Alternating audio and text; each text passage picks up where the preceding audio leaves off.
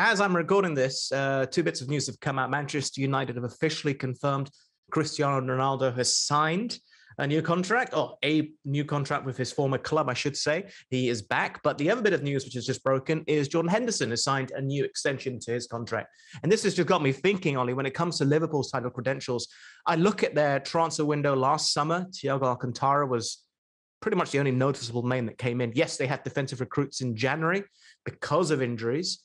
And this season has seen the return of some players. I mean, noticeably would be Van Dijk, but not much else in terms of transfers. This feels very much like the same squad in spine that won the Premier League, that won the Champions League, but now they're pushing on a little bit, and they're going to lose players during the AFCON. So where do you position Liverpool as title contenders, given the transfers others have made?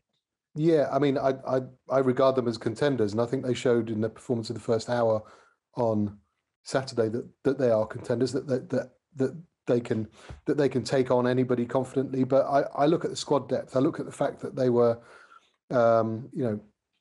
struggling to break Chelsea down, and in that final half hour in particular on Saturday, and Klopp must have looked to the bench and thought, well, Minamino, I've got Minamino, but he's not really done it here.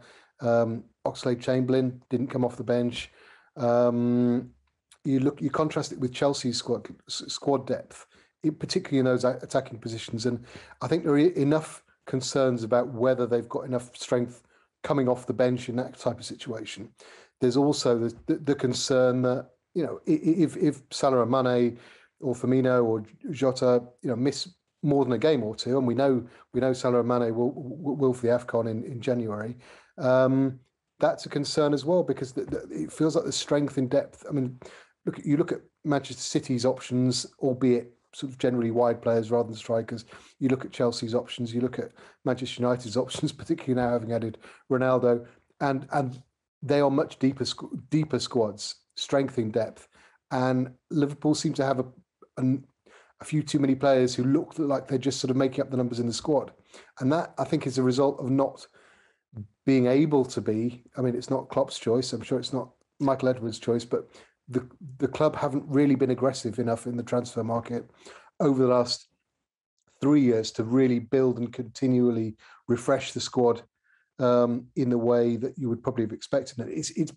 It's a brilliant squad based on signings made between sort of 2016, 2018.